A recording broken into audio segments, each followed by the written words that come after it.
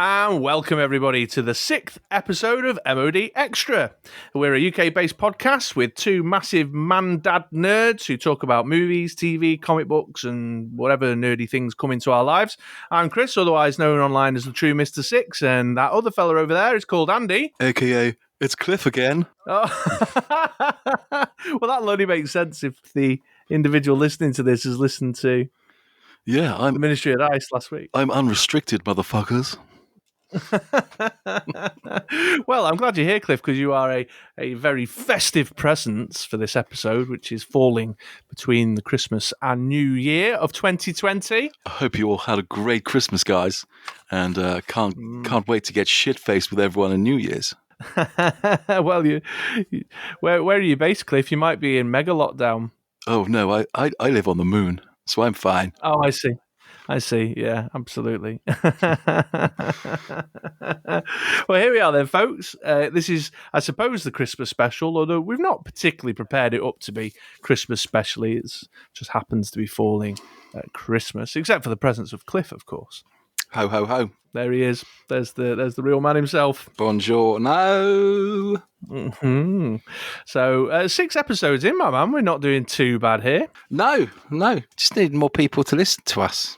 I know, we're getting there. It's creeping up little by little. If you know anyone who'd be interested, tell your friends, get them cottoned on. We're still languishing at, we've got 1 subscriber in the past 6 weeks. We're still languishing at 24 subscribers. Go on, subscribe and share. Yeah. And all that, yeah. Tell everyone about how amazing it is. Yeah, but we get a couple of listens every now and again. Every couple of days it goes up a wee touch. So it's early days yet. It's early days. Yeah. It's fun though, isn't it? Yeah, I enjoy doing it, definitely. It keeps, the time passing nicely. That it does all, man. We need to get some more kind of video content out there as well. Fill up the channel a bit more. Pirate a few movies. Well, find something, I suppose, to increase the decibels and the voices slightly. Slap it on YouTube. I'm sure there's something. On the Twitch side of things, we're at 39 followers. We're only 11 away from affiliate. Oh, affiliate sounds really fancy. I bet it's not if you only need like 50 people. I'm not entirely sure. I don't particularly understand what it means. There's just a thing on the channel achievements page that says the first one you have to do is journey to affiliate, which is get 50 followers, stream on 7 different days over a 30-day period, get a certain average of live viewers and something else. I think so many hours of actual streaming. And we do most of the other stats all right, although our 7 different days over 30 days fluctuates because we're a bit infrequent. But we're nearly at the followers, and we definitely have the average every time we stream, and we definitely have the hours. So we're getting there. So if you're interested in watching a bit of live gaming take place, then you should check out twitch.tv/MoDXtra. Yeah, fingers crossed with a bit of Christmas break that we've got, we can get some Apex in. Yeah, sure. We'll have to see how it pans out. I didn't do any Hearthstone last weekend because other life things. But in any case, here we are then, episode 6. We've got loads lined up to talk about today. I hope you've been watching and reading to keep up. But before we get into the meat of all that, as always, we like to ask, what have you been up to in the last 2 weeks, my man? Oh, I've had a little bit of a Christmas movie sesh. Not too big. Well, no surprises there, I suppose. No, it's that time of the year. So Die Hard, obviously, we'll talk about that later. I also, I tell you what, I didn't realise that Gremlins was a Christmas movie until this year. So I watched Gremlins because it's a Christmas movie. It is very much a Christmas. If Die Hard is a Christmas movie, Gremlins is definitely a Christmas movie. It's set at Christmas. Yeah, I mean, is that me and my wife were talking about this the other day? Is that the criteria for a Christmas film is simply to be set at or themed around Christmas? Yeah, no more, no less. So job are good. And so watch that. I have not seen that. I'm actually a little bit upset. I should have saved that for for us to talk about because I don't think I've seen that since the 80s, and it did make me chuckle. I always thought it was an 18, but that's probably because I was 9 when I watched it and thought it was really scary. But it's hilarious. It's not really that scary at all, and it's a 12, I think. Oh, that's interesting. Yeah, I seem to remember it, but like you say, when I last saw it, I would have been a lot younger. Yeah. But yeah, there's not really that much, especially this day and age with what kids consume on a daily basis on everything they watch.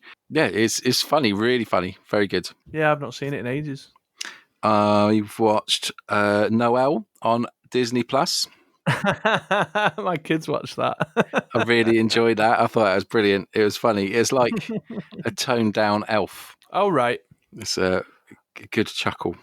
I only half paid attention to it, really, while it was on. I was doing other things while they were watching it. And then I diverted off of Christmas movies over the weekend. Both me and the lovely wife watched Point Break, another movie I've not seen for a long, long time. It's a classic. It's great, proper stands the what's the phrase? Stands the test of time. That's it. Brilliant. Apart from the crop top T-shirt when he's playing American football on the beach, but then I don't particularly think that was a thing in the 90s either.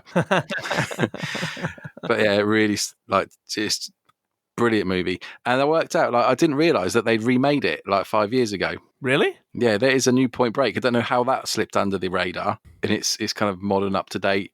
The trailer makes it clear that it's not just a complete cookie cutter remake. They do change it up quite a lot. Right. But yeah, looks good. £3 on Amazon to rent it. Might give that a do for over the Christmas break. Right. Okay. Yeah, that sailed past me. I had no idea about. No, me either. No remake. So what? There's the only famous person or name I recognise is that Ray Winston plays Gary Busey. Is that how you say it? Gary Busey? Gary Busey? Yeah, Gary Busey. Busey's character Angelo Papis in the remake, which is a little bit weird because Ray Winston. But that was my movie watching. I'm the daddy now. Yeah, Johnny Utah. What the fuck are you doing? Apples and pears. He was very good in The Departed. Oh no, I like him. I think he's awesome. He's really good in the Bet365 adverts as well. The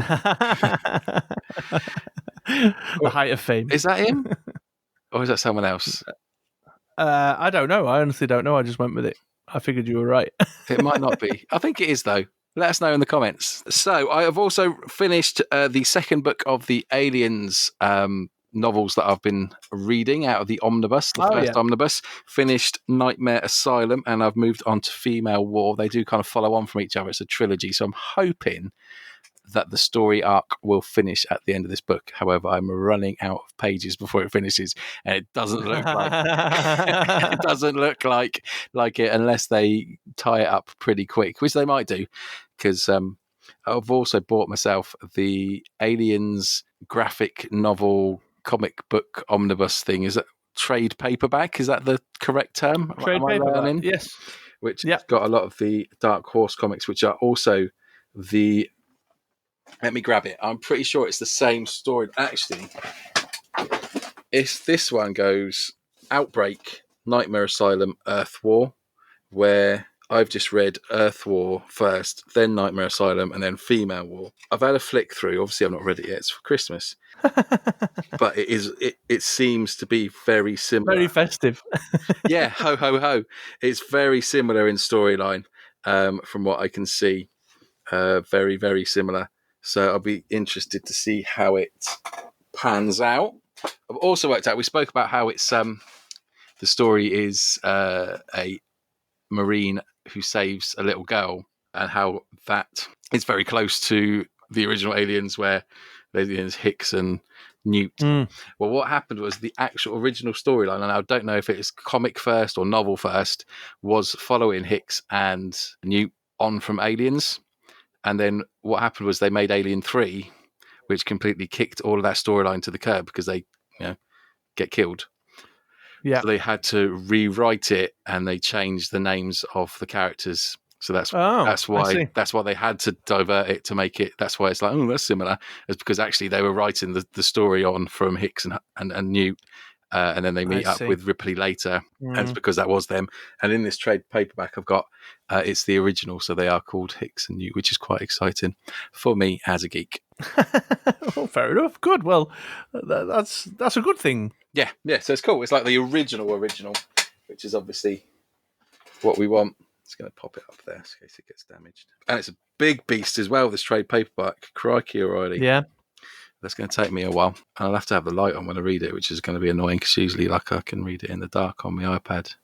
But those are things that no one really cares about. How's your couple of weeks been? Yeah, pretty good. I was very pleased to see that The Expanse, the new season of The Expanse, started on Amazon Prime last week. What's that? I don't know if you've seen that. Oh, it's really good, man. It didn't used to be on Amazon Prime. I'm certain I used to watch it on Netflix, but now I'm watching it on Amazon Prime. Not that it matters to me where I watch it. Yeah. It's based on a series of books, which I don't know what the series of books are called. I think they may be called The Expanse. But I've never read the books. I've just watched the TV show. It's kind of a bit of a crossbreed between Firefly and Battlestar Galactica, with a bit of alien-y stuff thrown in the mix as well. Well, that tickles my taste buds quite a lot. Yeah, it's on the 5th season now, but I think they've got all 5 seasons on Amazon Prime. And there's a crew that ends up getting together, sort of cobbled together for a variety of reasons, to keep it spoiler-free. And they start working together through this strange discovery of some alien-type fungus in our galaxy. And then many adventures come off the back of that. And they've just started season 5 on Amazon Prime, but they did a really naughty thing because they did the first 3 episodes in one lump and then went to a weekly release.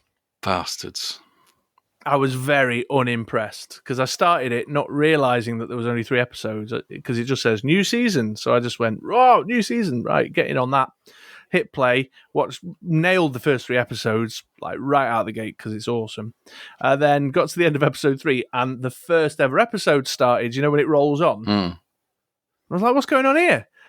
And there isn't an episode 4 yet. It says new episodes every Wednesday. So the Amazon Prime just, for whatever reason, looped all the way back to the beginning of season 1 and just started the first ever episode again. See, that really pisses me off because I get it for something like that's like The Mandalorian, where it's so popular and they can drag more people in. You're not going to get someone who's just going to, sign up for the week, watch it all, and then bin it off.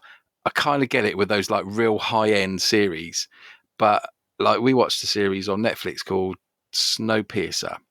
It was all right. We watched it all, but then they drip-fed that, and it's like, I'm not that bothered. Picard, I quite enjoyed that, but I kind of tailed off because I couldn't be asked to wait a week for another episode, so we never finished it. It's like, just annoying. They did it with The Expanse is just pissed me off. Yeah, The Expanse is big though, man. Oh, is it? Okay. Yeah. Maybe given that, because I think the books, a bit like Game of Thrones, really. I think the books had a very big following, who then have been following it on the show as well. But it's very good, and I would highly recommend it. Like I say, it's kind of a crossbreed between Battlestar Galactica, Firefly, with a little bit of Stargate thrown in for good measure. Stargate. Oh, love a bit of Stargate. So I watched those first 3 episodes the other day. Very pleased to see that back on. What else? I tried out the first couple of seasons, still on Amazon Prime here. Tried out the first couple of seasons of a show called The Black Sails. I don't know if you've ever seen this one. No. It's about pirates in the Caribbean islands during the 18th century. Does it have Captain Jack Sparrow? No, but it has some dangerously close characters to it. It's sort of like, so it's weird because there's characters in it.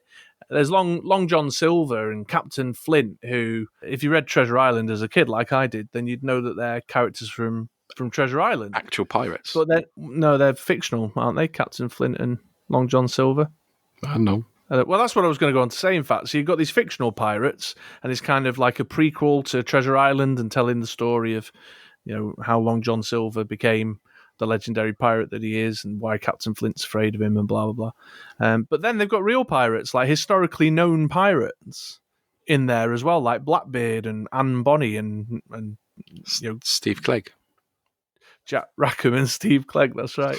That's meaningless again to anyone who's not in the world of Dice Masters. So it's unusual on that front, but it's quite good. It's all right. I wouldn't say like rush to it if you've got stuff to be watching, but if you you could do a lot worse if you're without stuff to watch. It's just a bit kind of every time.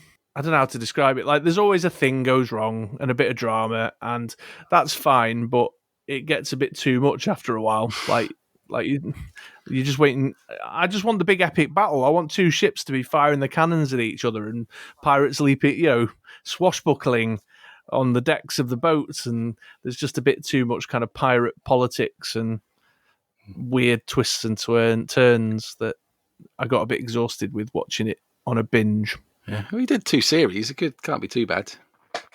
Yeah, I mean, sure. Although they're short, they're like 8 episodes long, so I can get through that pretty quick. So there was that. I finished The Mandalorian. The last episode of the season was last Friday, as when we were recording. I watched my don't know first if you today. caught up yet. You watched okay? How far through are you then? The first episode. So you waited to binge it, and then just watch one episode. Yeah, that's brilliant. I only finished work today. I've got my holiday now, so I'll put the first one on. Oh, right. But I've been off since Friday. I'll be making the most of it over the next few days.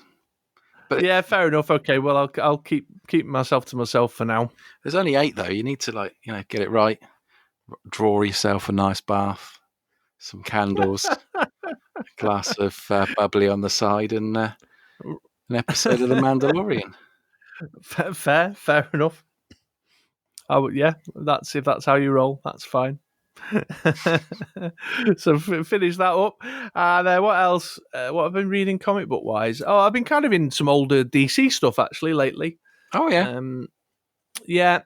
I've been a video I did for the Ministry of Dice side of things about the Superman Kryptonite Crisis Dice Masters set that's coming out. Reminded me of, I felt like one of the preview cards had some artwork on it that looked a bit like an old DC Rebirth graphic novel cover. So then I went and had a look, and then I just sat down and read it, like you do.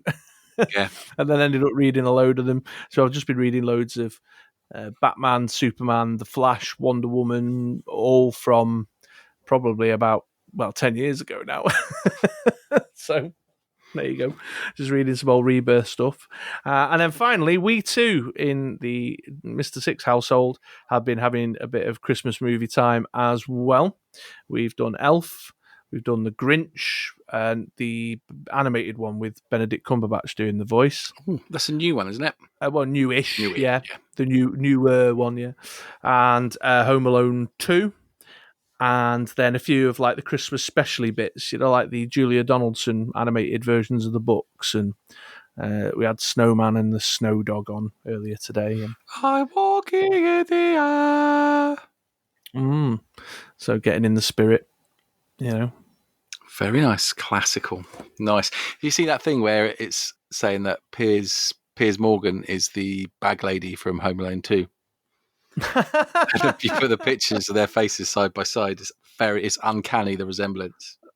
I've never seen that. No, I will hunt out that particular meme. Piers Morgan. Oh, there's a guy I don't like. Do you not? No, everything about him, the sound of his voice, the look of his face, what comes out his mouth, everything. Can't stand the guy. He looks like the bag lady from Home Alone 2. Well, now we all know. Yeah, very good. Yeah, very good. And that's been my nerdy week. I haven't watched any other films, any proper films. I don't think. Die Hard, hopefully. Yes, I've watched Die Hard in preparation for our retro corner today. Excellent. I forgot to mention last week. I am plugging through the final series of Agents of S.H.I.E.L.D. That they released the first 2. And then they're doing it on a weekly basis. Oh, God, it drives me mad. And Nick Wally, if you're out there, it is good, mate. I agree. They zip through time. The one I just have just watched, that's just come out on a Friday, is they go through different times, different decades. Just watched the 80s one, and I have very much enjoyed that. That's my favourite one so far of the series. What a surprise. Shock horror. What a shock, yeah. Okay, I'm way behind on Agents of S.H.I.E.L.D. It kind of goes a little bit wonky, but they bring it back. They've all just woken up in space and half the planet's missing. Yeah, Is where I'm up to. that's the bit that goes a bit wonky. Do you know when it just Is it? You know, when they marvel it and bring it back in. I don't think it would work in many different storylines, but I think because we know the Marvel universe is so batshit crazy, I think they get a little bit more of a leeway. I think if it was, you know, agents of FBI or whatever, and it was like the same storyline but not set in the Marvel world, you'd be like, yeah, that's a bit too much. But it just about gets away with it. But I was a little bit like, really? Right. Yeah, But they okay. do bring it back, and it is, you know, just bring it off the precipice of just bizarre. It's been a long time since I got up to that point, though. It hasn't made me feel, you know, when I sit down, I don't go, oh, I'll get that finished up. You know, it doesn't make me feel. I understand what you're saying, I suppose, is where I'm going with this, because I hit that point and then went, ugh, meh. Yeah. Do you know what I mean? It's worth pushing through. It's worth it, definitely. Yeah, sure. Well, we'll see if I finish Black Sails first. What I can't wait for, all the Disney stakeholder stuff took place, didn't it, the other week? Oh, yes. Some amazing stuff. And you got Falcon and the Winter Soldier, the Loki show, the WandaVision stuff coming to Disney Plus. I'm very excited about that. Very cool. And the Star Warsy stuff as well. Yeah, I'm actually less bothered about that stuff if I'm being honest. Yeah, you watch it though. I probably will. Yeah, I probably will. That's true. I'll just keep feeding that beast, making them think it's good by adding my number to the viewing figures, even though it's not. There was something else that caught my eye in the Disney stuff too. I can't think what it was. It's falling out my head. Mulan. No, I tell you what, that Kaya, the dragon princess warrior, whatever it's called, that looks brilliant. Have you seen that one? No, what's that? It's the new Disney animated film, but it looks kick-ass, man. Oh, cool. She's like a samurai ninja warrior lady who guards a magical dragon stone thing. She's got a giant armadillo as a sidekick or something. Armadillo? But she's got a couple of swords. Looks great. Wonder Woman 1984 is coming to streaming as well, isn't it? It's in cinemas at the moment. Yeah, sure. They're streaming cinemas. It over here in the UK. They're streaming it on. Oh, I'm getting messages. What's my mum? What's she want? Oh, just firming up plans for this video call tomorrow. Yeah, it's coming to streaming on the 14th of January here in the UK, I think. Oh, that's quick. But over in the States, they're getting to stream it from. Well, the big news is that Warner Brothers have announced all their cinematic releases are going to be streamed in 2021. Have you not seen this? I've not. Well, that's good news. Well, they've got to make money out of it, somehow, haven't they? A lot of people don't think it is good news, though. Do they not? Including many of the directors and writers of the films themselves. I get it, because the cinematic experience, we don't all have, home cinemas, but pandemic, innit? Yeah, absolutely. Yeah, but the cinema industry is obviously very worried that the bottom's going to fall out of their industry. See, I don't think so, because everyone loves going to the cinema. Everyone loves spending £10 on a box of popcorn. I know I do. Do you know, off on a tangent, do you know how some things you can justify spending money on and some things you can't? Cinema snack food, I've got no limit in regards to how much I can spend on cinema snack food, because it all tastes so good. Like, I don't think twice about spending like £8 on a box of popcorn and like £5 on a drink. Tango Ice Blast, especially, because they're amazing. But yeah, I don't think twice about it. Whereas, I wouldn't buy like a designer pair of pants because it's too expensive, but I would be all right spending that same amount of money on junk food to go and sit and watch a film with. Very bizarre and off topic. But well, they're experts at it, aren't they? They make sure that you lose all sense of reality once you set foot in there.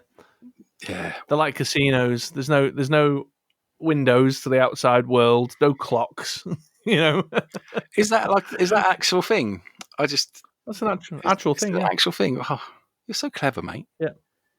Thanks, man. I just thought it was because you didn't want to have windows because it would ruin the cinema. Well, obviously in the main viewing room, that's the case. But yeah, they darken the windows and stuff when there are windows, or remove them altogether to remove your sense of reality. That's very psychological there. Yeah, they also intentionally take the popcorn smell and pipe it around. Really? I worked in a cinema when I was, it was my work experience, 2 weeks. I've already said this story when we talked about The Rock. And the popcorn comes in these huge flipping bags, and then it just gets dumped into those troughs. But huge things. That wasn't a very interesting story. But yeah, I think I really like going to see old movies in the cinema.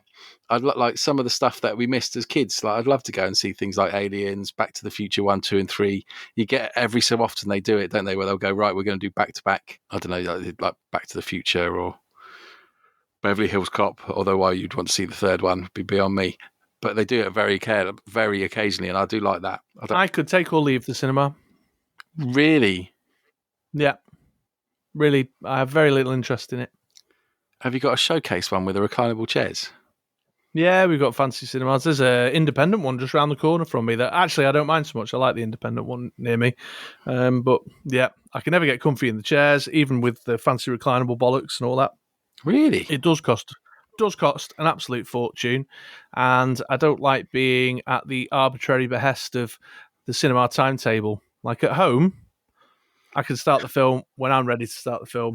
The arbitrary behest makes them sound like flipping some kind of supervillain. They are. I don't. Yeah, I could take or leave it completely. They're some spotty teen. In this day and age now, like the telly I've got and my 5.1 surround sound system and what have you, I can get a very enjoyable viewing experience. I know some people say, but there's nothing quite like getting it on the big screen. Like, well, I've got a pretty big screen on the wall already now. I don't feel like it's offering me much more. I've got no interest in 3D or IMAX or any of that bollocks. That's all just gimmicks. Nah, IMAX is amazing. Proper, like ceiling to floor. Nah, it gives you backache. It's rubbish. Sit further back. You miserable sod. Anyway, we're waffling and we need to talk about stuff. What we got coming up in this episode today. Yeah, which one are we starting with? Are we starting with Retro Corner or are we starting with the Comic Book Corner today? We did mine last week. Let's do yours this week first. Okay. So we're going to be starting with Chris's Comic Book Corner then. And in this installment, we're going to be discussing Warren Ellis and John Cassady's The Planetary. I did ask Andy just to look at Volume 1, but it sounds like he may have consumed more than that. So we'll see what happens when we get into the conversation there. And then just to bring a bit of festive feeling to the episode, in Andy's Retro Corner today, we've done a rewatch of the very first Die Hard from 1988. And we're going to be having a bit of a chat about that. And then at the back end of the episode, in our third rando segment, our discussion this week is going to be which are the best 3 Marvel Cinematic Universe films. I'll be interested to see how close we are, if we get any the same or if we're way off tangent. Absolutely. And with all that said and done, that should bring us to the close of the episode. So shall we crack on then, Mama? Let's do it. Do it now. Let's do it. Yes, welcome back then, folks. So here we are, Chris's Comic Book Corner, and as I mentioned in the intro just then, I challenged Andy to take a look at Warren Ellis and John Cassady's Planetary. Cassady. Yeah. I've actually prepared this week because you were showing me up with your Retro Corner and your little IMDb blurb readout. So I've gone and collected the DC Comics website's synopsis of The Planetary, which describes it as follows. Hailed as a timeless story that turned modern superhero conventions on their heads, Planetary stars an interdimensional peacekeeping force which includes Elijah Snow, Chiquita Wagner, and the Drummer. Tasked with tracking down evidence of superhuman activity, these mystery archaeologists uncover unknown paranormal secrets in history. There you go. Ooh. Good description, that's DC Comics little blurb there. Yeah, doesn't give too much away, does it? But just gives you enough to get you interested. Wet your whistle. Yeah, absolutely. So, I mean, it's no secret. I've mentioned it to you before. I'm certain that Warren Ellis is one of my most favourite writers. He's a bit out of favour at the moment. Actually, he's had a bit of a controversy that surrounded him, so I don't think we'll be seeing him writing anything new for like ever now. But I said, yeah. So that's that, I suppose. Yeah, but that aside, this is one of my absolute favourites. I really, really love the book, and I'm hoping that you'll love it too. So we'll start with your thoughts, I suppose, Mark. Okay, so yes, I read the first one. It wasn't as long as some of the others that you put my way in the past, which Sure. probably explains why because I did the first 4 trade paperback editions. Yes. I found it very similar to like TV series like The X-Files or Fringe. Not so much in the content, although the content is in some way similar, but the way that it starts off and it's all different stories. Yeah.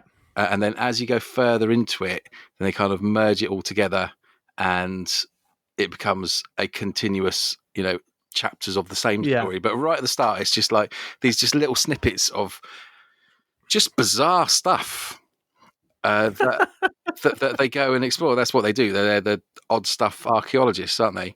They go and they call it mystery archaeologists is what they call themselves. Yeah. They go and suss out, weird things, unexplained things, and I enjoyed it. It's very stylized. It goes across quite a few different decades, and each decade is very stylized in how they go about doing it. So the early 19th century kind of stuff is quite oldie worldy, and then they kind of move forward throughout time and back in time as well. It reminded me a bit like Pulp Fiction, the movie, which I think is kind of, stop me if I'm wrong, but I'm pretty sure that's based on a comic book kind of style where you flip back and forth between different stories. I might be... I think. Well, maybe there's in terms of like the way the narrative is told, it's not linear. I think this is what you.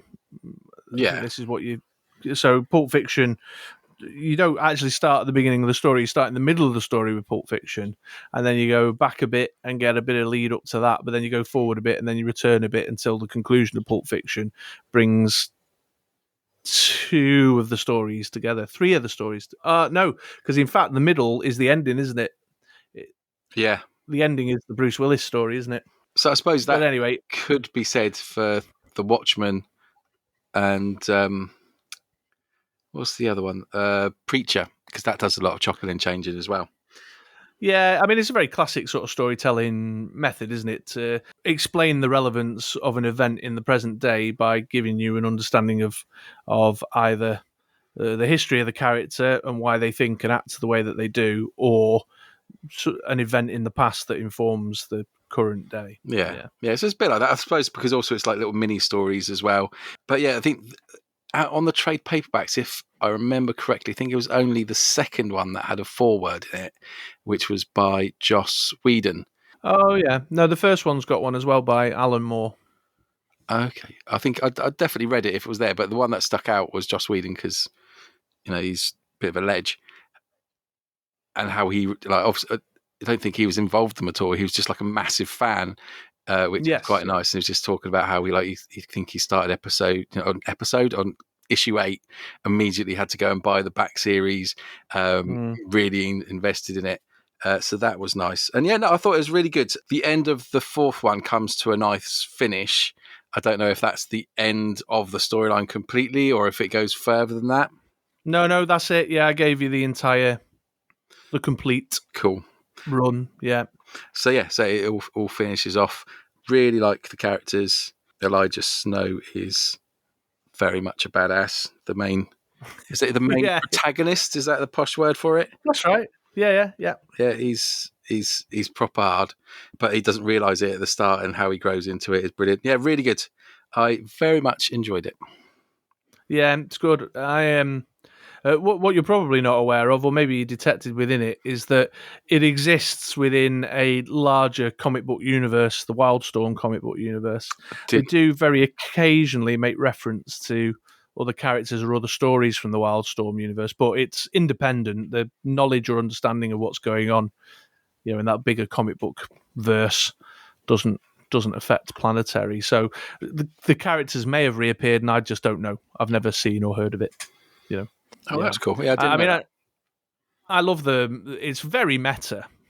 Like all that bizarre stuff you were talking about is very meta. I love the way that it's not just the bizarre event that they're investigating, but like you say, how Warren Ellis and John Cassady kind of wrap it with tone and flavor of the bizarre event. So when they're investigating the ghost in the ghost police officer in Hong Kong, they've got this sort of John Woo Hong Kong action movie vibe to it. But then equally, a bit later on with the Evil Four, they've got a kind of twisted Fantastic Four vibe to it. Yeah, and you the was it Ground Zero is really kind of quite what's his face Lovecraft.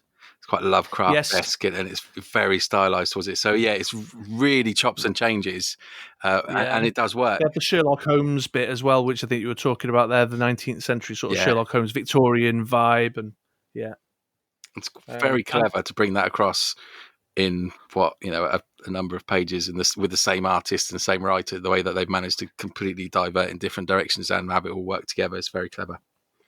Yeah, and it's got it all, hasn't it? It's got space serial. There's a bit of Flash Gordon-y type vibe to some of the stories, and there's a couple of issues that have a sort of voodoo magic thing going on for a bit. And I like all that sort of meta-referential. But you don't need to understand what it's meta-referencing to enjoy it, I don't think. Although you will, as a fellow nerdy guy, recognise a lot of the vibes. Yeah. John Cassady, the artist, he's worked with Joss Whedon. Joss Whedon did a 2-volume run on X-Men called The Astonishing X-Men, and John Cassady was the artist on his book. Oh, I didn't realise he wrote any comic books. Yeah, he's written a few, which may be why he's done the foreword, because he knows the artist. But I wanted to ask you about the artwork. What did you think of John Cassady's artwork? Yeah, really good. I really enjoyed it. It's very consistent. It's good throughout. I liked it. It's very, again, it's the way that they've brought different styles and different storylines and different atmospheres to the different kind of comics within the series. Yeah, clever. Yeah. There's a lovely cinematic vibe to the way he draws that I like. It's sort of like action is communicate. I feel like he communicates action really well, which sometimes is a struggle for some comic artists. I feel like when stuff's going down, you get it. Like particularly with the character Jaquita, or what's his name, Ambrose, when he slows down time, or Jaquita when she flies into action and starts beating on a bad guy, kind of thing. So Jaquita, she's just super powered. She's just invulnerable and super strong, and she's the muscle of the team, and she often is the first one through the door when stuff's going down. And I don't know, there's just something about the way he draws it that helps me understand the action I'm watching. Yeah, it's good. I think I'm not sure if we spoke about it in last episode or after the last episode when we were talking about how the older comic books have got big boxes of text that describes not what they're saying, but kind of describes the scene. Or thought bubbles of what people are thinking in the moment. Whereas in this, there isn't, and it doesn't need it because of the way it's drawn. You get it anyway. There's no need for a big kind of chunk of text to say it was dark in the alleyway, and they were all thinking that they were quite nervous. It doesn't say that because you can just read it, you can just see it. Yeah, clever. Yeah. But equally, on the same note, I feel like John Cassady, when he zooms in on, like, Jon Snow's face at times, he does a lot of close-ups on not Jon Snow. You know nothing, Jon Snow. You know on Elijah Snow, when he zooms in on Elijah, there's a lot of information communicated by the way he's drawn his eyes and his facial expressions and stuff as well. Did you have a favourite character? Yeah, I liked Elijah Snow. Yeah, he's badass, isn't he? Yeah, he's very cool. He's just like proper grumpy old man. Yeah, his power is crap, really, in a way, but I think Warren Ellis uses his abilities in interesting ways sometimes. I disagree. I think his power, if you're saying his power is crap, you're saying that Magneto's power is crap. Because it's I suppose like, there's not just like, so his power, you find out quite early, and it's in his name, he can freeze stuff. He's basically Iceman, but he's not. Yeah. Because of how he uses it. A bit like Magneto, you can bend metal, like, ooh, scared. But like there's one bit where he's like, you move, I'll just freeze every bit of moisture in your brain and you'll die. Yeah. What are you going to do? And is the play, and I suppose you would, though, if you had a power of some description, like manipulating metal or making things cold, or I suppose making things hot, over time you're going to think, what can I do with this? Yeah. Yeah. Yeah, but What's he's the a extent of it? bright guy, though, isn't he? He's intelligent, so he's obviously figured out ways of using it in inventive ways. And I appreciate that. I think you're kind of making my point in a way, because it could be just really, I'm going to just freeze you in a block, Yeah. take that kind of thing, but he uses it in inventive and interesting ways. He doesn't frozone it around, though. He could probably do that more. Yeah, he should. Yeah, that's definitely something that he should explore. Where's my super suit? Very good. I like Jaquita, me. Kick ass. Just, but she's got some great one-liners and quips, and she goes sort of verbal blow for blow with Elijah Snow a lot of the time. Yeah, she's got proper ADHD. ADHD. I'm bored. Yeah. What's going on? Let's do something. Let's go somewhere. Isn't there a mystery to investigate? Has anyone heard it? There must be some alien sightings. Come on, let's get cracking on. Yeah, absolutely.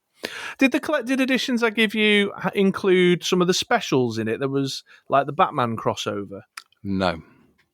Okay. That's interesting. So as part of that, one of the centerpieces, this is for the audience more than you, you've obviously just read it, but one of the centerpieces of the book is this idea of a multiverse, which is a very common comic book trope. And so much of the alien activity is people coming through this sort of these dimensional things. And one of the dimensional journeys they go on in a special is they meet all these different Batmans from all these different universes. That's cool. I thought that might have been in the collected edition, but it's not. And then there was a crossover. Speaking of Lovecraft, actually, there was a crossover with another super team from the Wildstorm universe called the Authority, and Lovecraft is the central theme of that. Oh, cool. Yeah. So there you go. Pop that on. But I'll get you on the Authority at some point, yeah, because I like the Authority. So yeah, there we go. Okay, the Planetary. So it gets a thumbs up-ish. Not quite as enthusiastically as the Preacher, I don't think, by the sounds of it. No, definitely thumbs up. I kind of enjoyed it. It wasn't as long as I did. Preacher obviously went on for a very long time, but yeah, I enjoyed it. It was completely out there, like with all the mystery. It was just like you could only do it in a comic book, but I kind of like that. Yeah, it's good. It's really good. Enjoyed it a lot. It was very painful when it was first published as a monthly series because it kept getting delayed and taking long hiatuses. Yeah, I think you mentioned that either last episode or the episode before, and I didn't click in that it was about Planetary. Was it really? Yeah, and you had to wait for the next one. Yeah, because in terms of individual issues, it's only 27 issues long. Yeah. But at the conclusion of each story arc, he took a big break in between them. And then they started getting delayed. I don't know if it was because of... Because sometimes what happens in the world of comic books is you get a bit of a delay, the writer getting the script over to the artist, which then has a knock-on effect, especially if the artist is having a bit of a delay. Because if they've agreed to other work at the same time... But with creator-controlled stuff like the Planetary is, they put the creator-controlled stuff lower on the priority list than, say, the big A-list contract they've just secured with Marvel or DC or something. Do you know what I mean? With one of their main characters. And so it just kept getting delayed, and there were big hiatuses. And it took, for 27 issues, it took something ridiculous like 10 years to finish. Wow. And it was very disjointed and difficult to get into. And I wasn't enjoying it so much in those circumstances, but I took a punt on the first trade paperback, and then reading it all together in that first trade paperback, I was like, I get it, I understand. Because you forget, don't you? You know, you're like, why is what that character just said relevant? I don't understand. You know what I mean? Yeah. Well, what was Doc Brass all about? Who is this guy? He's been gone for... And from the perspective of a long hiatus, you're like, I haven't seen this Doc Brass character in 2 years. But in the issue-by-issue breakdown, he was only 4 issues ago since he last appeared, kind of thing, you know. So it was very difficult to read when it was originally coming out. Cool. Right, okay, let's we'll wrap up the Planetary there then. A recommendation from the MoD. Let me flick through my notebook to find my list and see what we can give you for next time. We've been getting suggestions, actually, from viewers as to what I should be putting on the list for you. It's interesting, though, actually, just a momentary tangent, because the suggestions that people have been making are really good suggestions. But there's something about like context, like setting you up to read stuff in a way that it will make sense when you get to that next. So, like, one collection won't make sense unless you kind of know a bit of the story from the last collection. Do you get what I mean? Especially in the long running stuff. So, people have been making these great suggestions, but they can't stand on their own if you haven't read some of the stuff that surrounds it, if you know what I mean. So I need to do some thinking and figure that out. Yeah. Cool. So have you got a suggestion? I do, yes. I've got a long list here of all sorts of stuff. But again, I'm going to give you one that I've always been a big fan of. And I think we'll go for... Yeah, let's do this one. Let's do... we'll go to DC Comics and we'll do the first Robin miniseries written by, I think it's Alan Grant off the top of my head, called Reborn, which features... Chuck Dixon it'll be, and it features the first appearance and the first miniseries of the Tim Drake Robin. A different Robin? Yeah. Say what? Possibly my favourite Robin, yeah. And so it's just a single collection of a mini-series. I'll get it over to you, and let's see what you think of that one. Awesome stuff. And if you want to read along at home, ready for the next episode, then grab yourself Robin Reborn, and we'll see you in 2 weeks.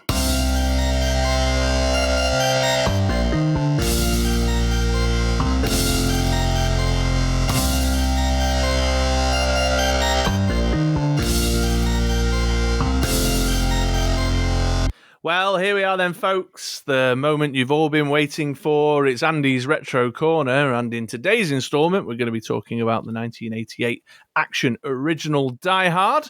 I'll hand you over to the man himself to get us started. That's right. It's Christmas time.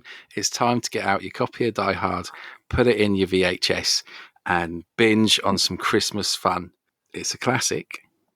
I've been thinking about this. Like, there is not many films that I can watch as regularly as Die Hard, because I do watch it. It's my wrap-in film. I think I've said that before. It's what I watch when I wrap the presents, and I've done that for a number of years, and I don't get sick of it. Unless maybe like once a year, so it's not kind of repeatedly. But I don't think, I've seen that. Like some movies I've seen so many times, I'm like, you know what, I do like that movie, but I don't think I want to watch it again. But yeah, every year, look forward to wrapping the presents and watching John McClane storm around Nakatomi Towers, kicking ass. I'll give you the explanation, or the back of the video case, which is, in this case, the description on Amazon Prime, which is John McClane, officer of the NYPD, tries to save wife Holly Gennaro and several others taken hostage by German terrorist Hans Gruber during a Christmas party at the Naka. Why are you not giving me more details? At the Nakatomi Yard Plaza in Los Angeles. There were 3 dots that I hadn't taken into account. The Christmas party at the Nakatomi Plaza in Los Angeles. That is a bit of a naff description, but kind of gives you what, does what it says on the tin. That Nakatomi Plaza, just a little factoid, little known fact for you and the listeners, well, you might know this, was actually the 20th Century Fox headquarters in LA. Really? I did not know that. I do now. I know it's in an episode of Brooklyn Nine-Nine, because they get locked in it, because he's a big fan, isn't he? Yeah. Yeah. Quite rightfully so. So what points did I pick up for rewatching it again this year? Because I was thinking more about it. So John McClane, the main character, he's a bit of an everyman. There's not anything particularly special about him. He's not, Dutch from Predator, like we had last episode. He's not super commando dude. And I think that does follow on from all of the films, that it is just like the wrong man in the wrong place at the wrong time, repeatedly. Yeah, and that's intentionally so, of course, isn't it? I think they made a conscious decision. One thing I remember reading some years back was that Bruce Willis that was the film that made him an action hero. Prior to that, he'd just done comedies and like rom-coms and stuff. Yeah. And he wasn't particularly well known for action at Singing. that point. I think he released Under the Boardwalk, didn't he? From his time in Moon. What was he? Is that the thing with Sybil Shepherd? Yeah. I've never watched it, but I know what you mean. That's going to annoy me now. Under the Moon, Dark Moon, Moonlighting. Good work. God, we should go as a team on Pointless. So yeah, he's a bit of an everyman. He's also a bit of a knob to his wife. Yeah, I mean, it's a complicated situation, isn't it? Really, I think when I was younger, the complexity of what was going on between him and his wife didn't mean anything to me. But I made a few notes around what you're talking about there. I mean, the everyman thing. Just, I think you're never quite sure whether he's actually going to win or not, whether he's going to come through in the end. Yeah, you're right, and I think I haven't watched the other ones for a while. I think that's definitely evident in the first three. I think from 4 onwards, he gets a bit more superhuman. Yeah, but for the first 3, Yeah. the third one especially is beautiful. We'll have to do a different episode on that because that's I love the really good one. But yeah, you don't know, and then in most of them, he's never winning. No, absolutely, and he teeth. He gets I wrote a lot of notes around that kind of idea of him being an everyman. He gets battered and bloody and bruised, and I know other action heroes get, but Chuck Norris, you're never in doubt he's gonna succeed. Yeah. Steven Seagal, you're never in doubt he's going to pull it off. Arnie, even in The Predator to some degree, I mean, he is just superhuman himself, isn't he? Like naturally, well, not naturally, so he works at it, but you never quite.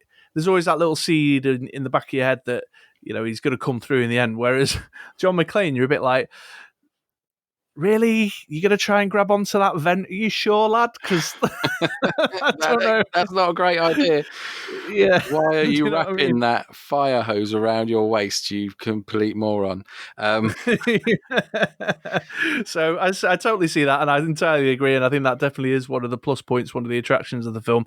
In terms of the wife thing, going back to what I was saying before, and the complexity of the relationship with his wife wasn't apparent to me when I was a young lad when I first watched this, but obviously it's more apparent now as an adult. And it is a complicated situation. She's made a decision for her career that he wasn't willing to go along with, but now they're trying to repair that. And so I think they both snipe at each other a little bit in some of those early scenes, or there's stuff going on.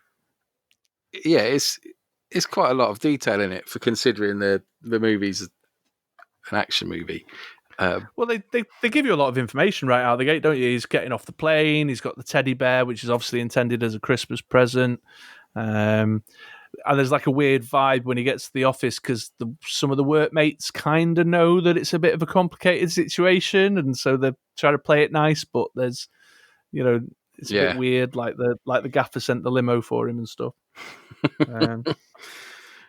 She's using her maiden name and things, but it also it gives you stakes that I mean, again, in a standard kind of Arnie sliced alone kind of action film of that nature, there's hostages, but they're kind of a bit blank to you. They're just, they have to save the hostages and there's peril, but you don't really know who they are. Or like in Predator, the guys, it's just a couple of CIA dudes that they need to go get back. You know what I mean? There's no. Whereas the relationship with his wife and the fact that she's in the group, and there's a pregnant lady, and they're all obviously just people celebrating a Christmas. It gives them a character and a reason for us to root for him more, I think. Yeah, no, I get that. In talking in regards to the other hostages, I've put Ellis is a very Hans Bobby underrated character. He's amazing. He's one of my favorite characters of all time. He's so 80s. Sure, I'm the watch, and he's just a massive cock. And like when he first meets him, he's like snorting coke off of his wife's desk. Right? It's not even his own desk. It's John McClane's wife's desk. It's like this is her husband, the police officer, and he's just got like cocaine all over his face and his beard. And he thinks he's all that. And he's like, I negotiate $1 million deals for breakfast. This isn't going to be any different. It's like, the guy's just shot your boss, mate. Yeah. Yeah. You got some poison pill running. Yeah, he's just everything about kind of 80s, like Wall Street yuppie. Yeah, he's a dick. Yeah, like brilliant dick. That came out wrong, but you know the idea. Um, uh, there is a massive bromance between John McClane and Sergeant Al Powell. Most definitely. It's like I put the relationship between them is great. It's like they're pen pals or they've met on an online forum. But in the form of 80s CB radio, because in the 80s everyone corresponded by CB radio. We know that because we watched Smokey and the Bandit. Of course. And yeah, it's just nice. And they're like, Sergeant Powell's very cool. And I like the bit at the end. It's like the little mini story. And I think they they take the piss out of it in Hot Shots Part 2, don't they? Where he's like, I shot a kid, I don't shoot anyone. And then there's like the long-haired stereotypical German terrorist comes out with his stereotypical European assault rifle, and he's there with his very American 6-shooter. He's like bang bang, shoots him like 8 times from his 6-shooter and takes him down. And it's like that nice little, well, I've not shot my gun or been out on the street. But it doesn't change because in the second one he's still behind a desk. So, and they use fax machines because it's, you know, modern. Love that. What other notes do I have? There's a lot of humor in it. I think there's more humor in it than some of the other action films that we've already. Well, I suppose there's some in The Rock, but there's no real humor in Predator, and a lot of action films are quite straight. But there's a few little quips in it, like the bit where the Chinese guys at the confectionery stand, and then it does a little like do comedy, like 3-bar little kind of tone, and he goes and grabs himself a chocolate bar. Well, it's a bit like when he's running past the topless calendar, and he's running away for his life, and he stops just to give her a kiss, like, you know, kiss his hand and put it on her as he runs past. It's just tiny little bits of humour that lifts it, that makes it a bit more of a classic. Well, I think the thing with the pin-up is that that's him. It's his way of remembering where on earth he is in the building. You know what I mean? He's like, oh, there she is. Right, it's you. I've seen this. I've noticed the boobies already.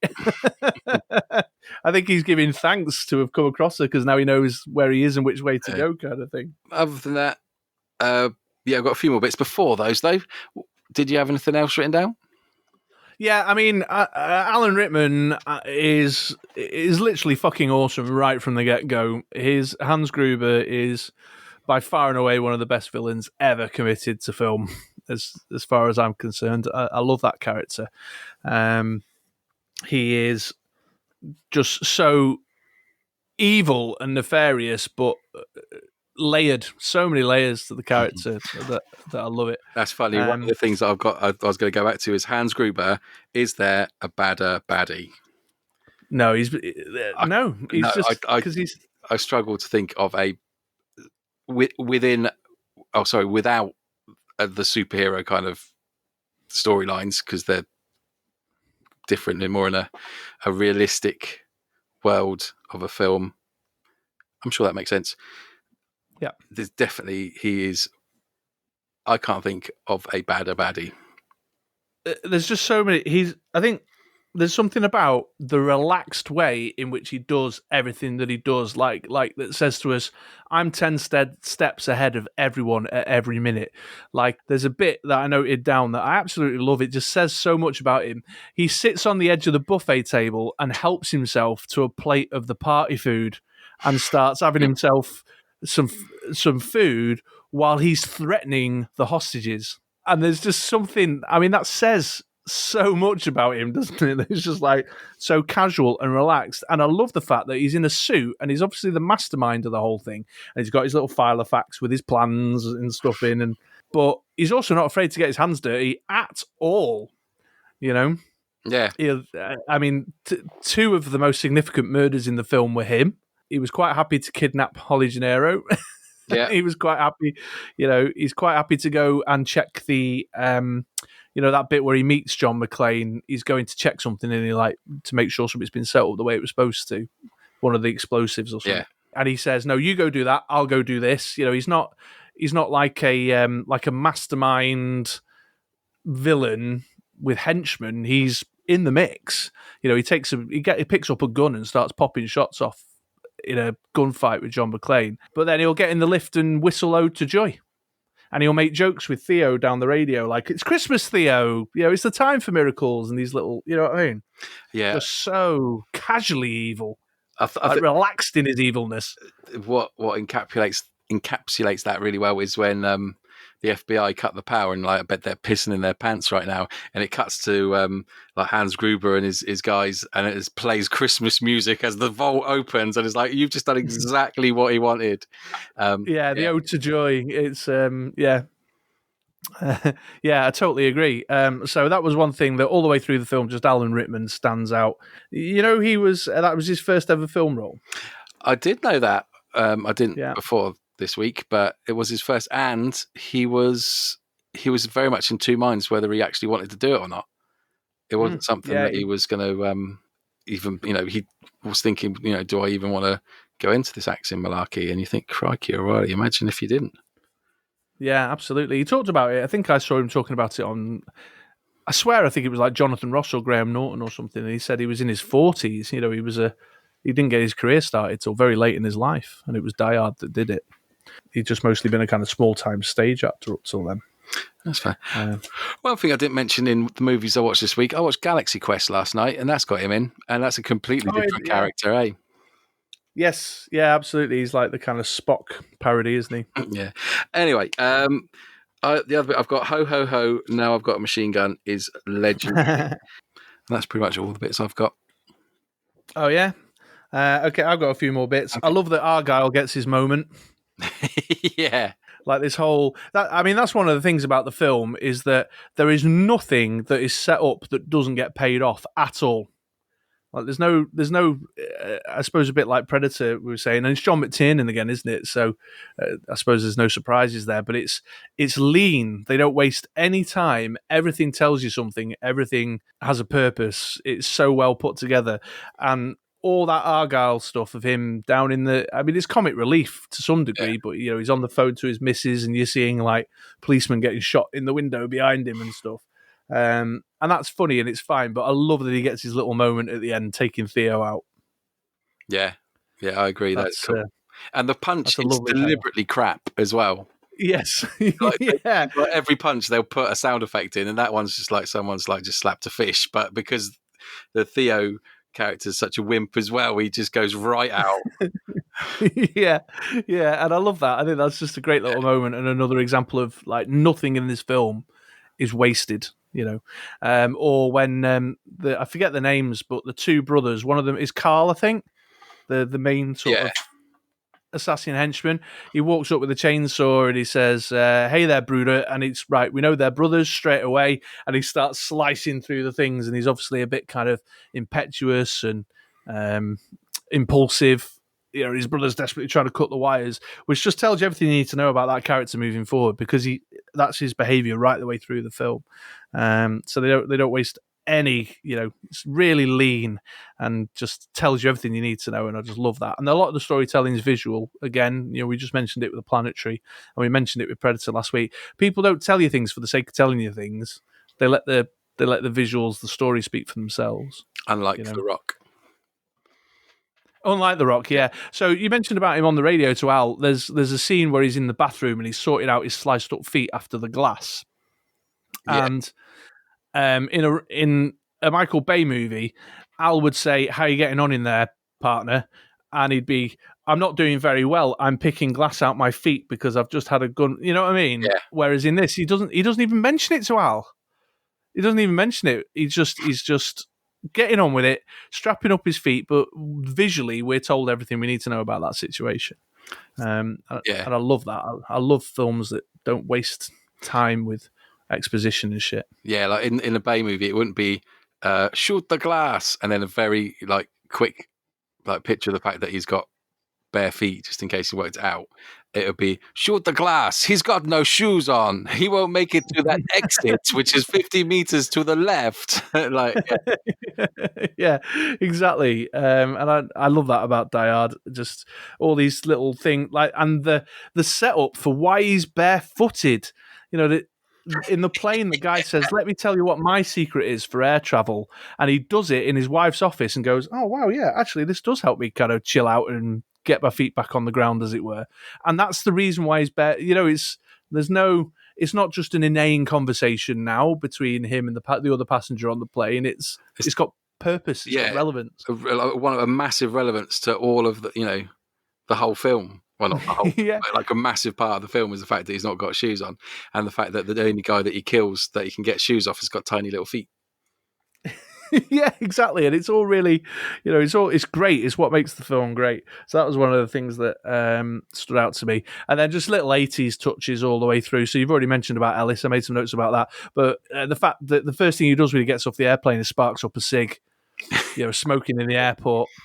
And the FBI agent turning up, one of the Johnsons, and he's smoking a cig.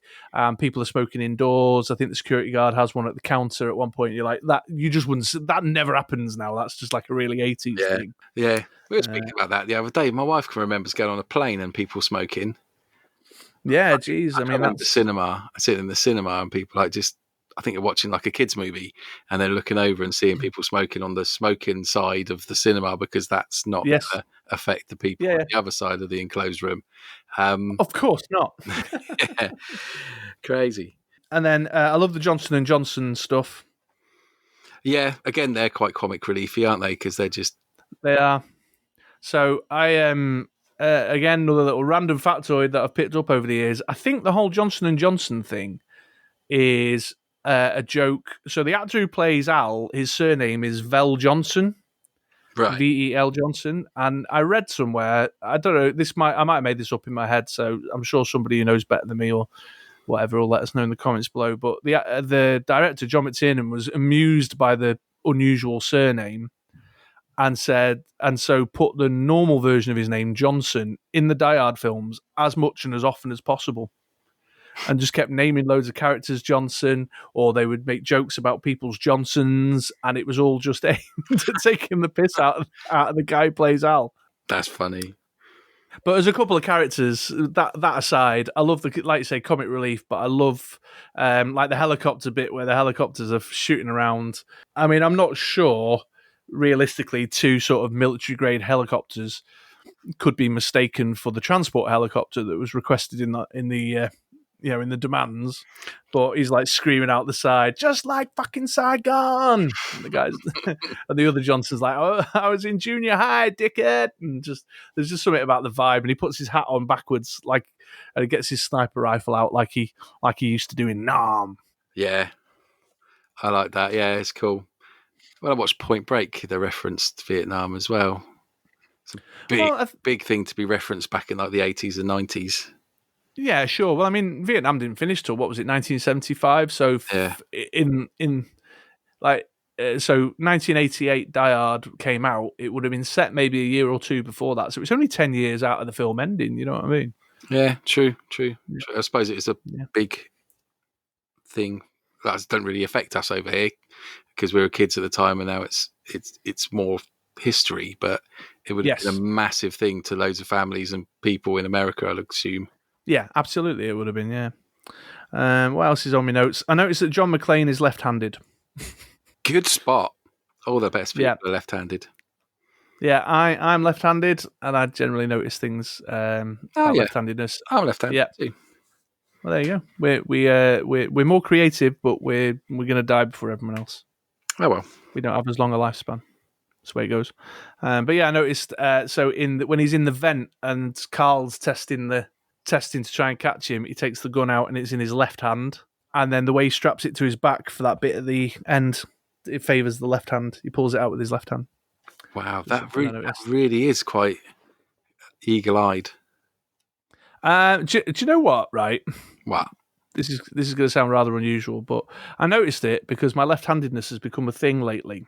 I'm looking for a new mouse. Right. And it's actually quite hard to find mice that are configured for left-handed people. Do you usually use a left-handed mouse then?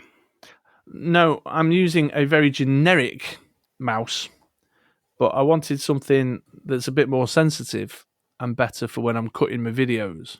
I see. So it's like shaped to your hand. Yeah, and also got a so this one's infrared and it struggles. You know, like what I've said to you, my mouse is going funny because Yeah. of the shadows and stuff. So there's that, but it's also really cheap, and so it's not as responsive when I move it, and it's not as precise. And that's what I was looking for, more precision. So I was looking for fancier mice, and I had a little Google around, reading up on what good mice are. And because a lot of these fancy mice are contoured Mm. and have extra buttons on them and shit, they're designed for right-handed people. It's really hard to find one that for left-handed people. Oh, I've never really thought about that. Would you? Yeah. Do you switch the buttons around? Yeah, I do. You do. Yeah. See, I'm just used to. It would confuse me if they were the other way around because I just grab a mouse and then use it. So I've just learnt. Although actually, right now I'm using them the normal way around, Wow. but I have done in the past. There you go. Insight. Yeah. So left-handedness was, I don't know, on my mind, which may explain why I noticed such a pointless factoid. John McClane is left-handed. And then just one last note. It was a quote. Holly Gennaro says to Hans Gruber, "Oh, I see. This is what this is all about. You're just a common thief." And he says, "I'm an exceptional thief. And since I'm moving up to kidnapping, I'd shut up and be quiet if I were you."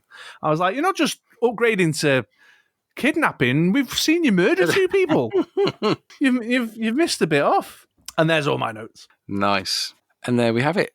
Merry Christmas. It's Die Hard. I hope you watched along as well, ready for this episode. Or if you haven't, then definitely go and watch it over the Christmas period. If you remain in time off, go and indulge yourself in a little bit of Die Hard because it's worth it. I mean, it's up there, man. I love it. It's amazing. It's just a brilliant movie. Like I said, like there's not many films. Like I could go and watch Die Hard now. I watched it like 2 days ago, and I could quite happily sit through it again. And I don't really think that there are many films out there that people could do that. Or, you know, obviously everyone's different, but I would struggle with a lot of films. Like I wouldn't go and sit and watch Point Break again, even though it was amazing because I just watched it. Or Galaxy Quest. I just watched it. I'm not going to sit down and watch it again, but I'd quite happily go and watch that again because it's just that good.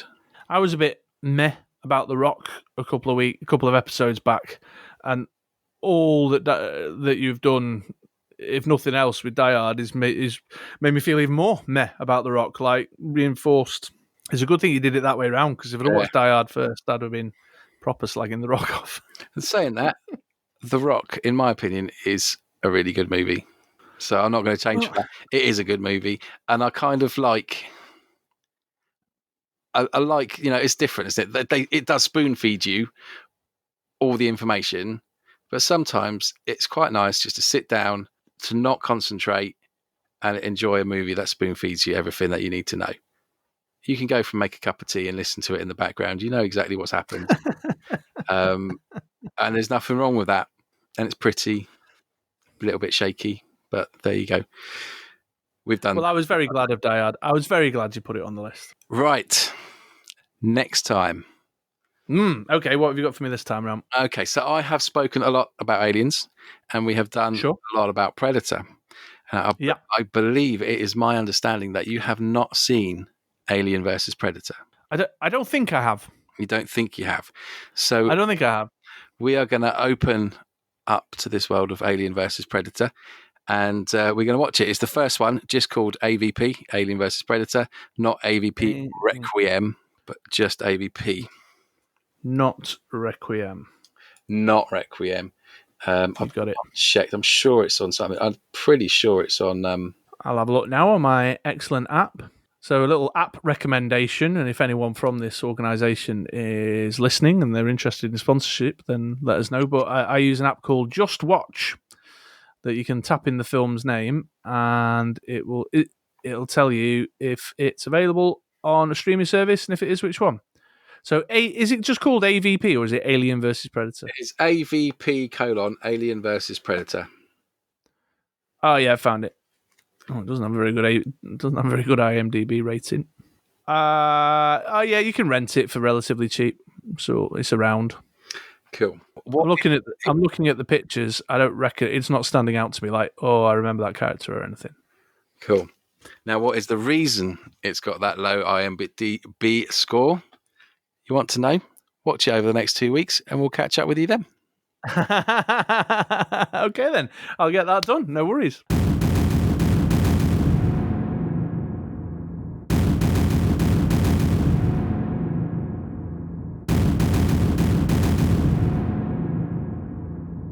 Right, well then, folks, it's the rando discussion time. I'm definitely going to have to change the little stinger segue because it's not really turned into this debate battle thing that the drums are all about anymore, is it? No, well, we might do it again. We've got to think of ideas. If you have any ideas for this large segment, as we have said before, please do get in touch. And we might do something more interesting next time. Yeah, okay, fair enough. But this time around, it is our top 3 MCU films. Yes, indeed. Yeah. In a moment of desperation, Andy pulled that one out of his arse for this evening's recording. What a selection of movies we have to choose from. By far, some of the highest grossing and brilliant, rightly so, highest grossing, very well thought, excellent acted, great storylines. It's going to be a tough selection.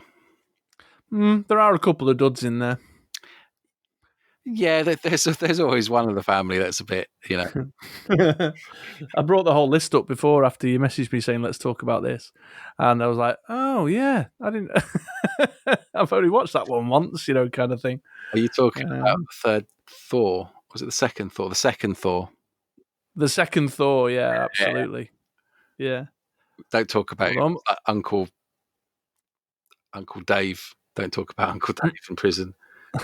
I also must admit, I'm not all that keen on the first Thor film. It's all right. I agree. It's all right.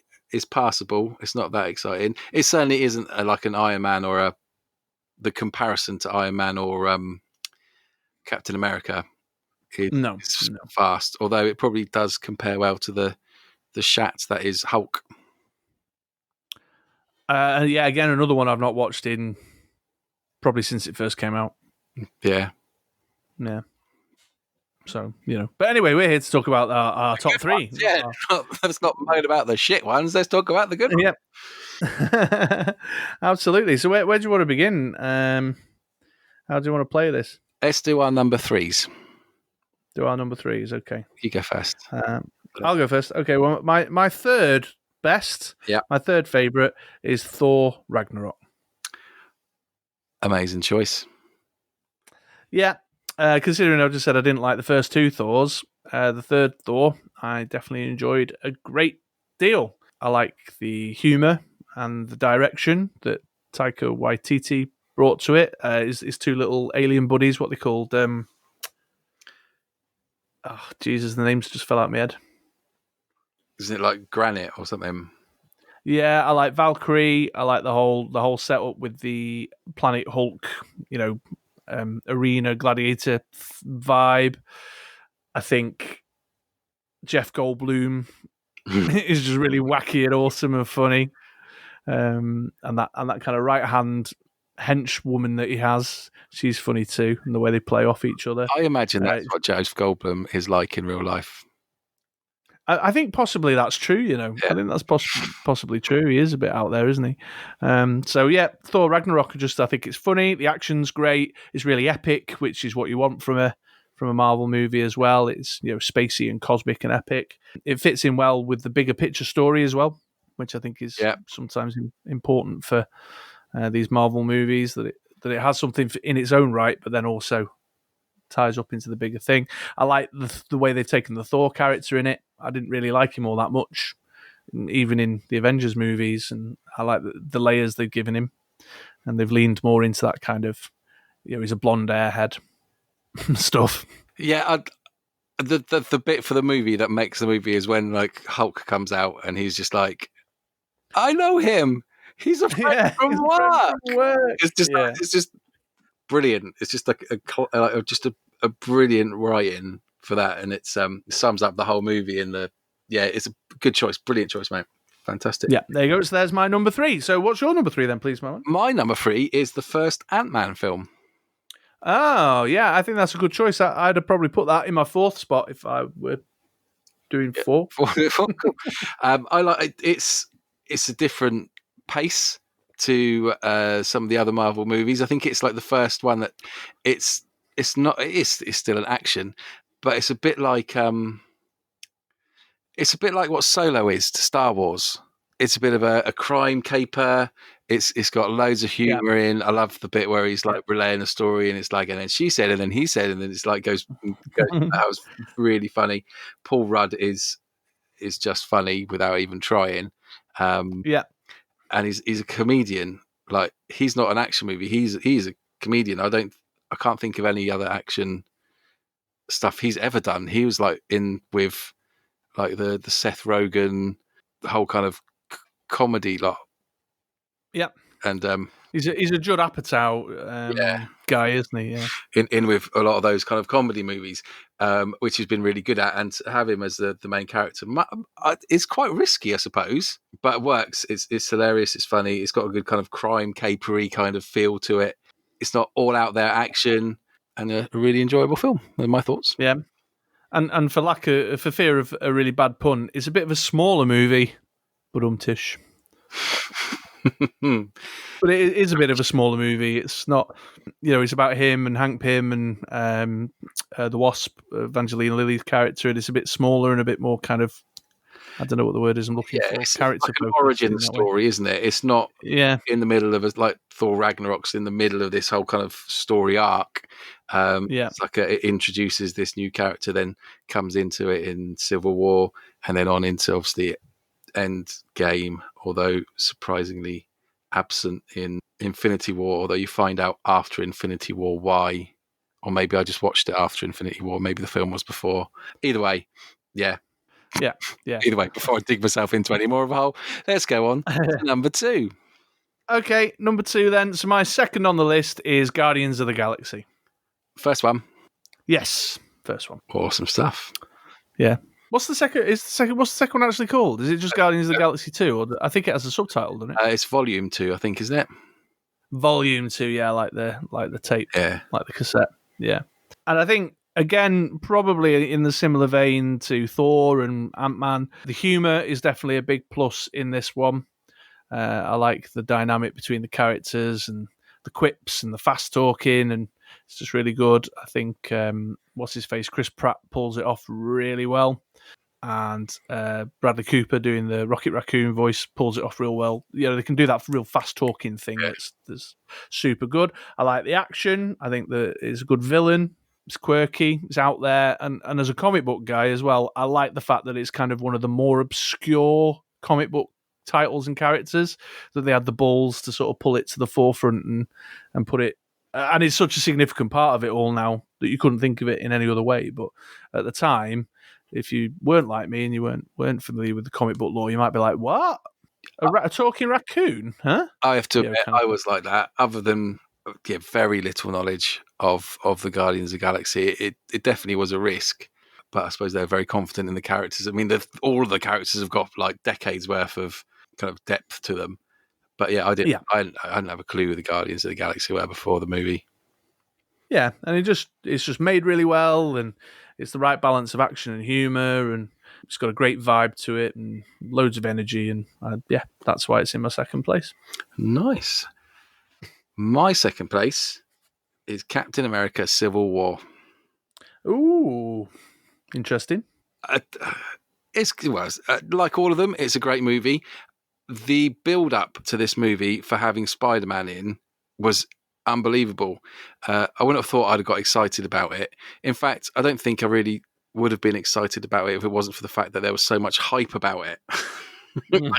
So much marketing, and you had there's that Disney machine, Team Cap, Team Iron Man, and we're going to get Spider-Man's in it. Oh my God, Spider-Man's in it. He's been signed up to Sony for so long, they didn't think they'd get him, and the whole hype behind it. And then when you actually sat down and watched the movie in cinema, and it's like he goes Alaroo, and I don't actually know what he says. It just sounds like Alaroo or on the roof or something.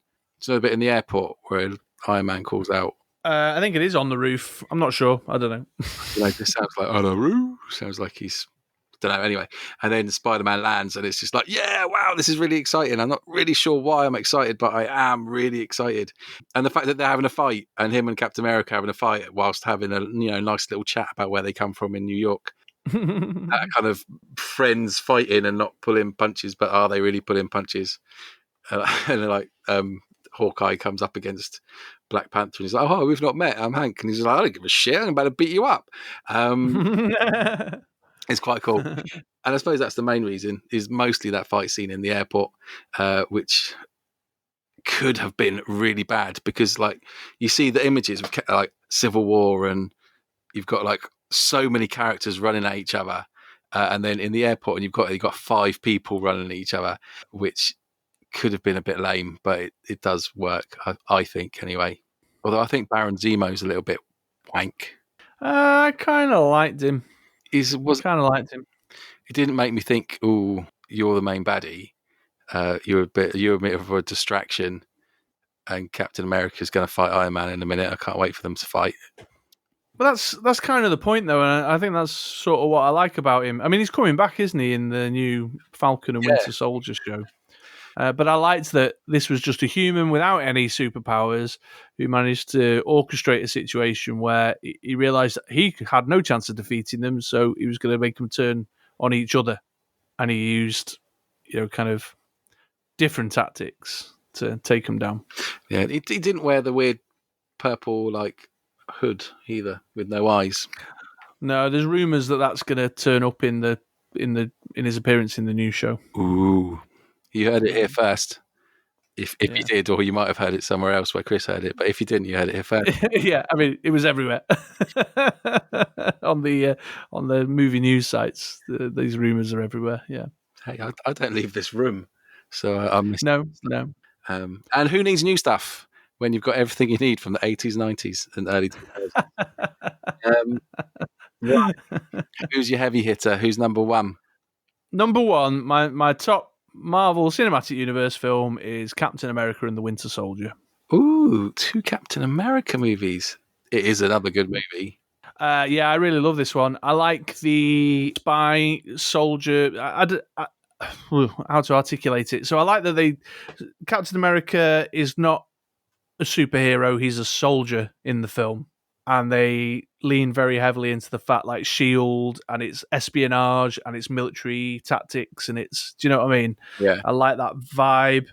I like the way it's filmed. I love some of the stuff they do with the big street battle between Black Widow and Falcon and Captain America and the Winter Soldier himself and his goons. I like that. It's got a real kind of interesting action vibe. Nick Fury early in the film has a great scene, and there's some cool stuff going on with that. Yeah, just awesome. Awesome. That's your standout numero uno. Yeah. Oh, and let's not forget, what's his name? Robert Redford. Really? Yeah. Don't you like him as the? I do. He's obviously a good actor.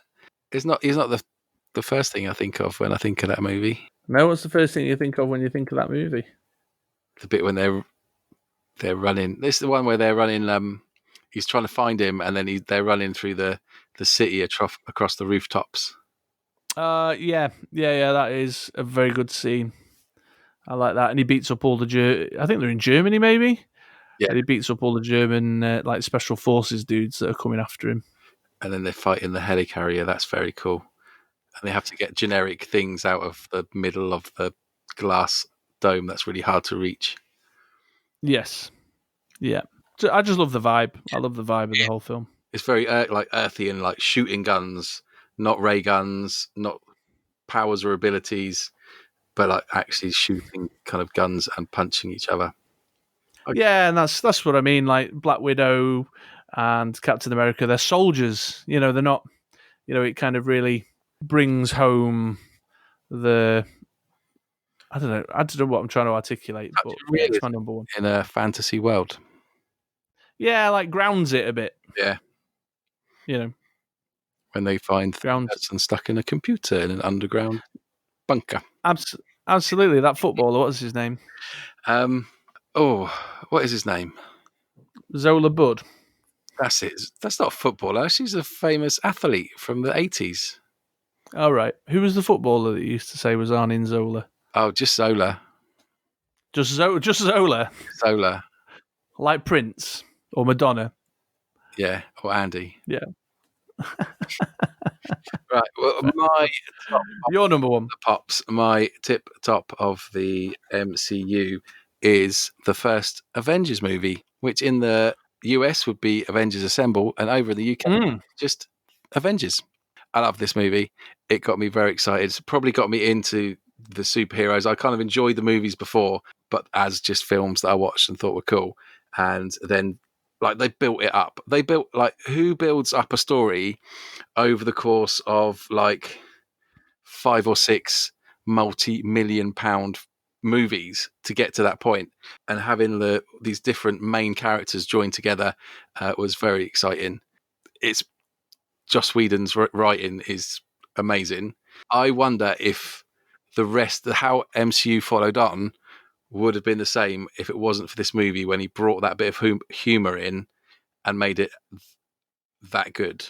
Well, interesting question. I suspect maybe yes, because when you look at the people that they hired, they'd have been in the mix beforehand, maybe. I don't know, but the movies before, I mean, they're good and they had elements of humor in, very much like how they had, how Die Hard's got elements of humor in. But Avengers was when you had like the slightly like off the wall stuff, like that guy's playing a computer game, and then at the end it cuts over to him and he's playing like Space Invaders. Gallagher. It was Gallagher. On like that shouldn't be in that film, but it is, and it works. Yeah. Like Coulson's collection of cards. Captain America trading cards, yeah. A little bit over gushy towards him. That shouldn't have been in that movie. It worked. And then from that kind of foundation that he did with that humour underlying it all, then went on and you get more and more into it. And you've got like Thor Ragnarok, which is, you could almost say is a comedy because it's got funny stuff in it. And again, it really, it works. It's an absolutely fantastic movie. But would it have got to that point if there wasn't those little nuggets in the Avengers all the way through? Like the Hulk, like the Hulk taking Loki by the feet and just like banging him and going puny god and just smacking him, when you're expecting some kind of galactic fight between Loki and Hulk, like this god against like the green monster, and it doesn't happen. Like it completely flips on his head. He just absolutely batters him from that step onwards. And again, it's what got me excited about Marvel characters and the whole MCU, as well as kind of looking back at comic books and buying T-shirts with it on, and Ice Masters, which is very kind of Marvel based as well.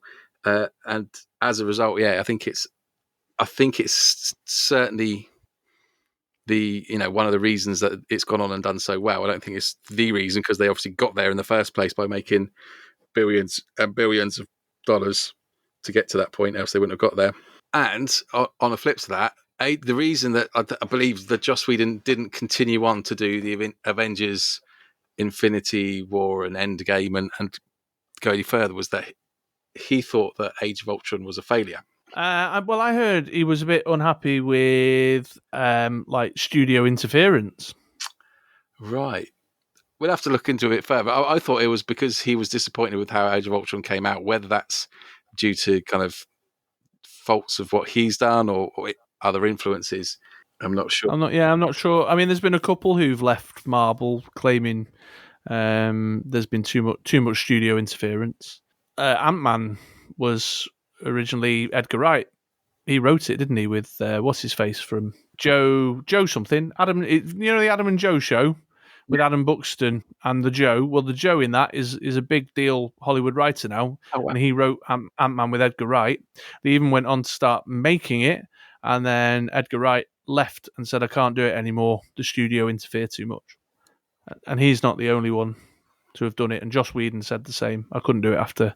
He said Age of Ultron wasn't the film he wanted to make. They changed it too much, and he wasn't going to go on to do any more with them because they interfered too much. I believe that was what was going on there. I'd be interested in what you guys think and what you've heard. So chuck it in the comments, shove us a message, find us on Facebook, and give us some more info on that. It'd be interesting to know. I really like Age of Ultron. The Hulk. Yeah, I like it. I don't think it was gives as me a bad as... semi. It's amazing, and the whole fight scene is just like out of this world. I don't like how some of the action scenes got kind of like this weird blurry filter on it, but that's I don't think I noticed that. Yeah. I like James Spade as Ultron. I think he's oh god, really yeah, creepy. as a character. Mate. The first scene in Age of Ultron where it's all a little bit blue, and there's too many trees. And some stuff's out of focus, and then they slow down when they're all in a line. Somehow that action scene that should have been, and it is basically showing that the Avengers will kick your ass into the middle of next week.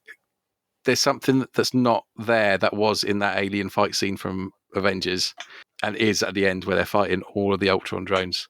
But it's a minor point. It's still a cracker of a movie. But Avengers #1 is my short answer. There you go. All right. Well, thank you very much. You're welcome. So we were completely different. We were, but I think we didn't disagree. there's so many good films to choose from. That's true. Yeah, that's true. I thought you might have gone for the first Iron Man. I like all of the Iron Man movies. I know that Stu, who'll be listening, doesn't like Iron Man 3, but I do. The second one I prefer to the first one. I like the bit. I like where War Machine gets involved, and they have that fight at the end where it's him and War Machine in that garden place. Great description, I know. Yeah, really. It's where he's got. This is the. What's the quote? This is the mother-in-law. Oh, it can reduce the population of a standing structure to 0. I call it the ex-wife. The ex-wife. That's it. And then he actually fires it. It just falls harmlessly off the guy's chest. Yeah. But yeah. So Hammer tech. Yeah, we better hurry up. Have you seen the time? I know. Let us know your top 3. Put them in the comments. 1, 2, 3. What are your favourites? Yeah, absolutely. Please do. Okay, well, we'll move on to the outro now, I think. Let's do it. Well, there we are then, folks. As all things must, this episode of MoDXtra has come to an end. We hope you enjoyed listening as much as we enjoyed recording it. And we did. Indeed. Lots. I think we've run a wee touch long today. We have, but hey, it's Christmas. It's a time for miracles, Theo. That's our excuse for all our overlong podcasting at the moment. It's Christmas. So we've said it many times throughout the episode. Just any suggestions for comic book collections, movies, or debate topics to make up an episode that you'd like to hear us talk about, please do let us know in the comments below. If you're listening and you're not already subscribed, then please do also subscribe. We really want to try and get up to 100 just so that we can use the easier URL. Yeah, we want the fancy URL. We want youtube.com/MoDXtra, no E. Yeah, so just follow us to help us out with that, please, if you'd be so kind. Otherwise, I don't think there's much else to say, except for wishing you all a very Merry Christmas and a super duper Happy New Year. Indeed. I hope you've had cracking Christmas and have a great New Year's, not going out and staying safe. Yes, that's right. We'll be back in the middle of January now, I think the next episode is. Yes, we are. So get your reading of Robin Reborn. Yeah. And make sure you're watching AVP: Aliens versus Predator. Sorry. Are you apologising in advance? I apologise in advance. It might be great. It's been a while. Fair enough. And we'll see you then, folks. Bye bye bye bye.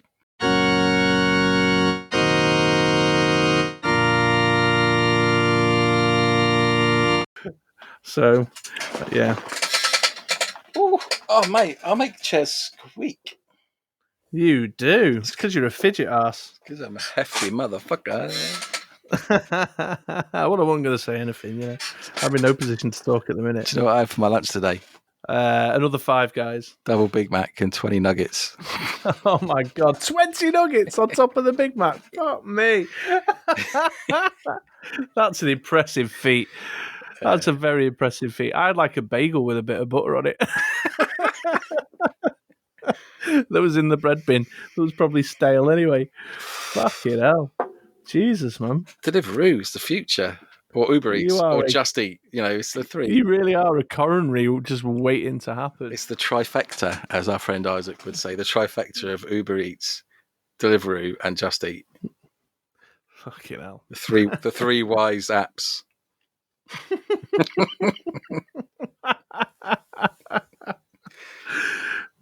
Yowza.